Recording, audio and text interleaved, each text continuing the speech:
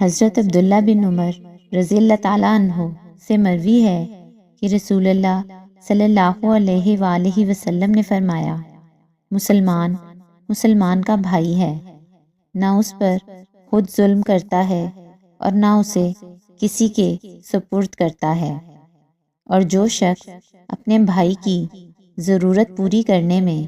لگا رہتا ہے، اللہ تعالیٰ اس کی ضرورت پوری کرنے میں لگا رہتا ہے۔ اور جس شخص نے کسی مسلمان سے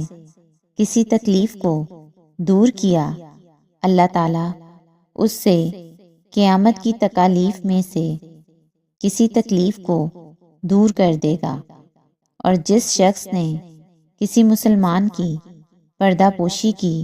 اللہ تعالیٰ قیامت کے دن اس کی پردہ پوشی کرے گا۔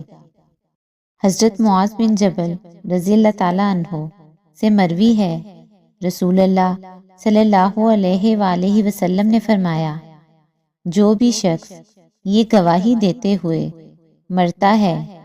کہ اللہ کے علاوہ کوئی معبود برحق نہیں اور میں محمد صلی اللہ علیہ وآلہ وسلم اللہ کا رسول ہوں، اور یہ بات پختہ یقین کے ساتھ کہتا ہے، تو اللہ تعالیٰ اسے بخش دے گا۔